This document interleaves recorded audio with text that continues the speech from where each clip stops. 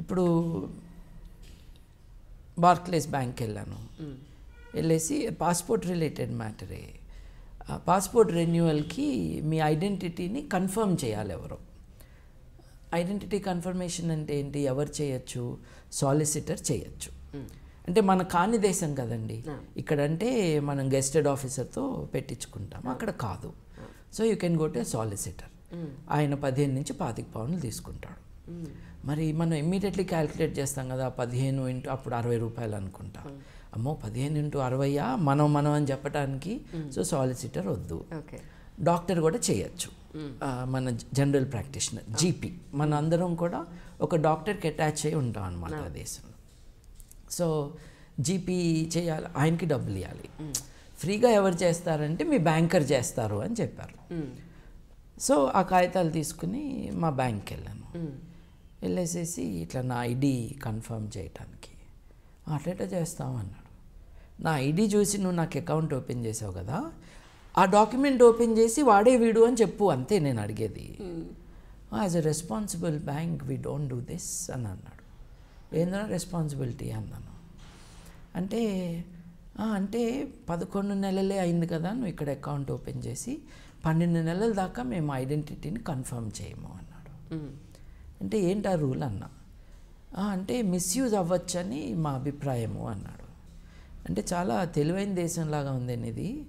Passport size photo వెనక వైపు this is bearing the likeness of Babu Gogineni అని నువ్వు సంతకం పెడితే అది తీసుకుని నేను మిస్యూజ్ చేస్తాను, అది ఎక్కడ చేయగలను చెప్పు అన్నాను.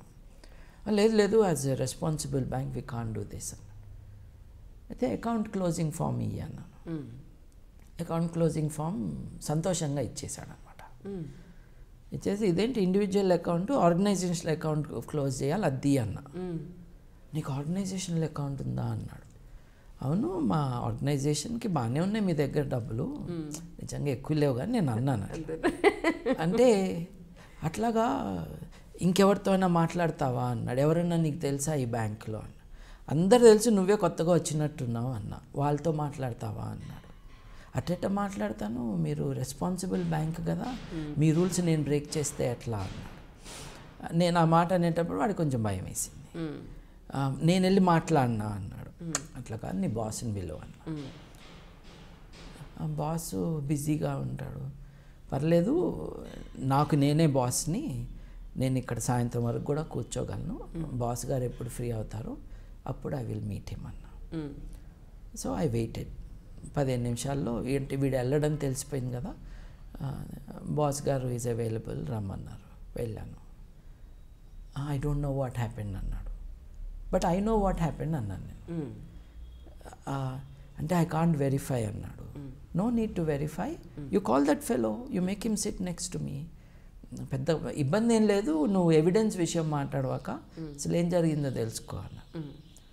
ఒక వారంలో నాకు చైర్మన్ ఆఫ్ బార్క్లేస్ బ్యాంక్ నుంచి అపాలజీ లెటర్ వచ్చింది. Saying we are sorry that this has happened.